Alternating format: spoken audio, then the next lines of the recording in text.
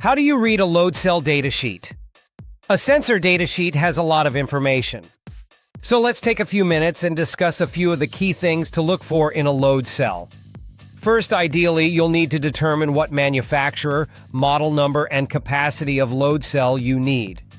If you aren't able to find the exact make and model, contact us, and perhaps we can find a similar alternative choice for you. Once you have the load cell spec sheet in front of you, let's look at the key load cell specifications to consider.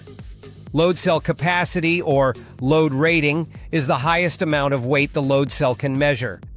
Full-scale output is the electronic output from a load cell at full scale. This is often something like 3.0 millivolts per volt, for example. Load cell enclosures and materials are also important considerations. Often you will see a load cell listed as either stainless steel or alloy steel.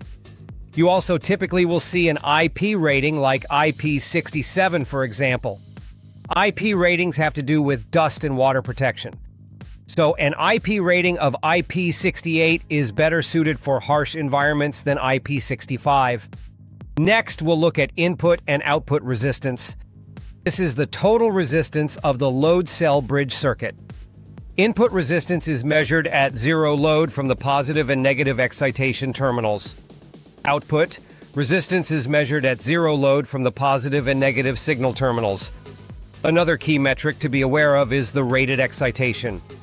This is the excitation voltage range that is required for a load cell to operate safely.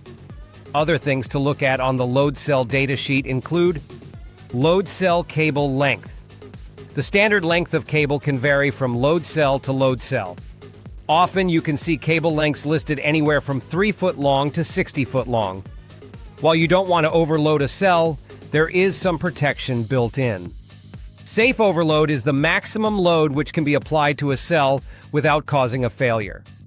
It's also a good idea to look at the load cell dimensions and diagram to make sure a cell will fit correctly. These measurements can assist you with things like length and width of the load cell as well as thread size. Finally, you'll want to take note of the load cell color code, as this will be needed when connecting your load cell. If you're looking for load cells from many different brands, be sure to contact the sales department at centralcarolinascale.com today.